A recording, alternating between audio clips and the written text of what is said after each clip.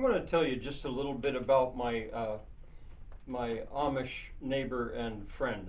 He's only been in the neighborhood for not quite a year yet. Anyway, I stop by his place anytime I see that he's out and I'm on my way into town, or anytime I see that he's out and about, which is almost always because he never goes anywhere, or almost never goes anywhere. He stays home. Uh, and when I'm on my way to town, and I usually ask, is there anything you need? Because they don't have a car. They wouldn't, even with their horse and buggy, they wouldn't want to go into Bedford because it's too, what do you call it, too busy. Yeah, I haven't yet seen a horse and buggy in Bedford. They go close and park if they have to, and parks sort of at the farm bureau, and then walk into town. But they just don't go. And anyway, I stopped and asked him. Now, see, I go to town ideally about once a week. I buy shelled corn for my pigs and some goat feed for my goats. I just take the car and put it in the trunk. And beer for me. My wife does the shopping. But occasionally there is something that Elam would want. Well, he was up in the barn showing me actually how he prepares his tobacco crop for shipping. He showed me what he actually did with the dried and how he sorts the leaves and stuff. He asked me if I wanted to see, and I said, well, yeah. And but I was, like I always seem to be, I was kind of in a hurry, and I had to go. But and the other thing is, I wanted to leave off 2 books. They love books, and I left off a 7th grade literature book, and I had to even try to explain to him what a literature book was, a literature anthology. And I left a history book, a world history book for a 7th grade class. Their education is usually to 9th grade, and then they go to work. Well, anyway, I was in there, and I'd left them off at the house. But while I was there, his wife came in. His name is Elam. Her name is Lizzie, and she had a baby in a stroller. His name is Christian, but he's just he's a baby.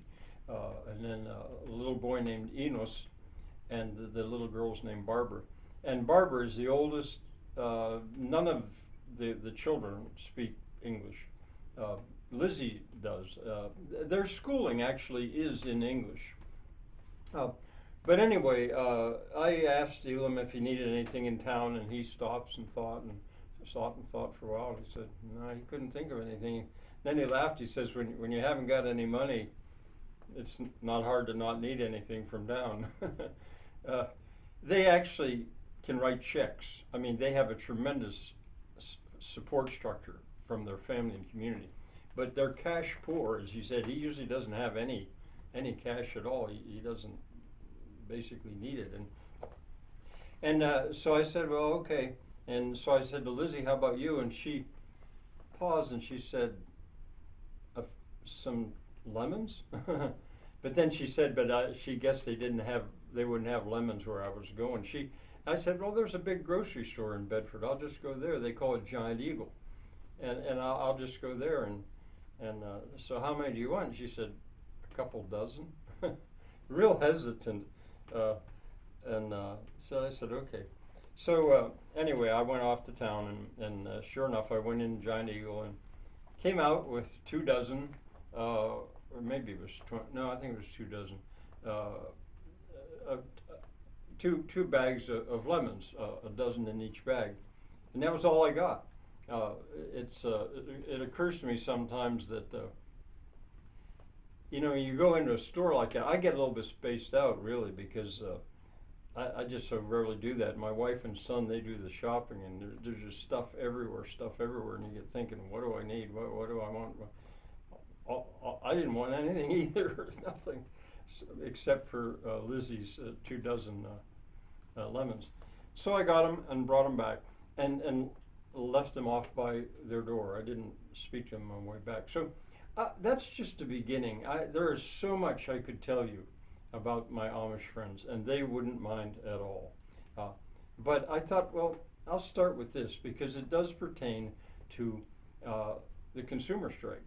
I mean, they wouldn't need to go on strike as consumers because they basically aren't. All right, see you tomorrow.